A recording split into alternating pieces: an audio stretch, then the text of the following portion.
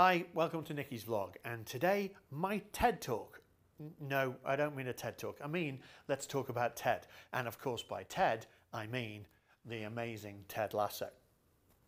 If you haven't seen this TV show, I highly recommend it. It got me through lockdown. It's absolutely brilliant. For those of you who are not familiar with it, here's why it's important.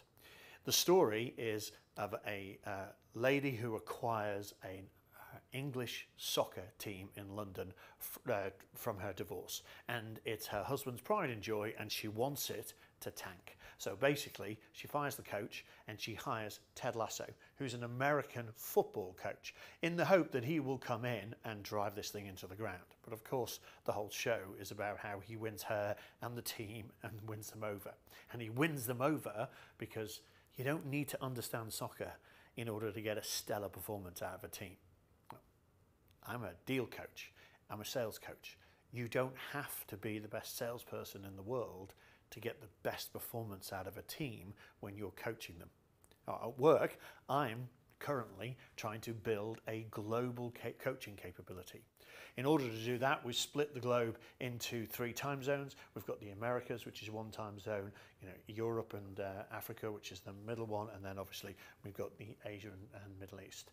And we've done it by time zone because every time we have a coach coaching a team, we ought to have a second coach there coaching the coach. And so everybody needs to double hat. And so in each of these areas, I need 2 people in those time zones so that we can cover 120 deals a year, and we can be on top of them, with me floating between them, obviously. And the purpose of today's TED Talk is, how do you hire a TED? And actually, it's how do I hire for anybody? And I think there are 3 things that we need to look for when we're hiring people for anything, but particularly when we're hiring people as a coach. Do they have the right attitude? Have they got or can they acquire the right skills? And do they have the right knowledge, or can we teach them it? And clearly, skills are something that can be coached. You work with people over time, and so I've got a 12-month kind of window to coach the skills into these people. And knowledge is something that can be taught. We've got a boot camp to teach them the knowledge that they need. But I find it very hard to adapt or change or modify somebody's attitude. So I prefer to hire for attitude, coach skills, teach knowledge, and then you get the best of both worlds.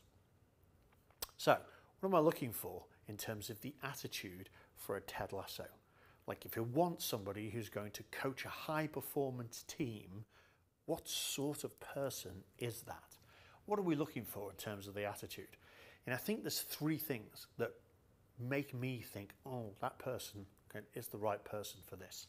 The first one is they have to have a positive attitude.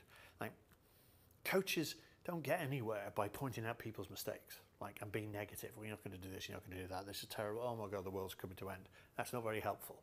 You have to be able to look at your team's performance, catch them doing it well, praise them in the moment. You have to be positive. So listen for people, listen to their conversation, listen to how they describe things, and if they tell you all the things that are wrong, they're probably not a good coach. If they focus on all the stuff that's right, they're probably a great candidate for coaching. Secondly, they have to pay attention to the people that they're coaching. And they'll be the people who are listening for details. So they're the sort of people that last time you mentioned them, last time you had a meeting with them, you mentioned that somebody in your family was sick. And they remember, and they ask you next time they see you, oh, how's that person doing? Right? Is they recovered? Like, they're attentive to the detail and they listen well. You don't listen well, you don't pay attention, you don't pick up on the things that can nudge the performance in the right direction. And then finally, when things go wrong, good coaches are the people that are standing there saying, don't worry, don't panic, it'll all be good. This is what we need to do. They are unfazed by failure. They are unfazed by disaster and kind of insurmountable odds. They're the people that are sat at the back going, it's all right, guys, this is what we need to do. Don't panic, keep calm, press on. If you can find somebody who's got a positive attitude, is attentive to the details, and is stoic, then you can give them the skills and you can give them the knowledge, and you'll have great coaches. What am I doing in order to impart the knowledge to my 6 candidates? Well, I'm running a boot camp. right? And the boot camp is take people off site for a full week. These people are going to fly in from all over the world, and we're going to partner with the RFU because the RFU have a brilliant coach mentoring program, and we're going to coach them on the pitch. And what that means is 7 o'clock in the morning, we're going to take them out onto the rugby pitch with a rugby ball and play some small-sided games. And we're going to go for breakfast, and then after breakfast, we're going to go into the lecture room and go, okay, what did we do this morning? Why did we do it that way? How did we use that to coach the skills we were looking for? And how do we translate that into the boardroom? How do we now take what we've learned about coaching rugby and teach CEOs to do a much better job at pitching their business?